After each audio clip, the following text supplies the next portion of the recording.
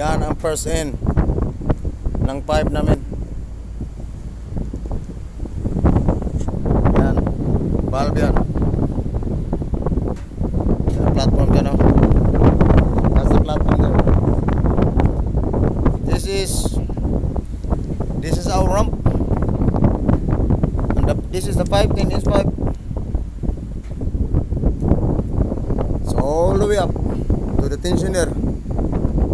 And then the big spoiler there down below. The pipe is came from the big spoiler is coming up here and then drop it down to the water. So this is a pipe layer vessel. This is our guys here. Okay, good. Now we are going to close the safety screen right there on that side, the yellow. Pinal, we are going to install the screen over there, that side. Alright, now we'll get it. Come on, in the side. This is the stairs of the ramp. Going up and down.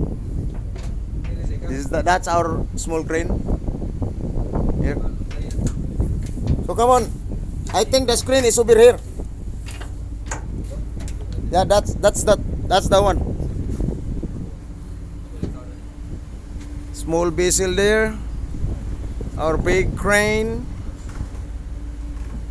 It's a 100 tons crane.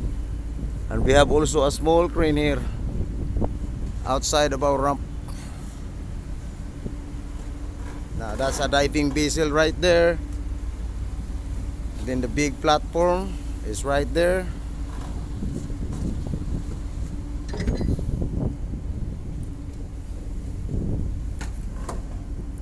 Going down. So that's the clamp.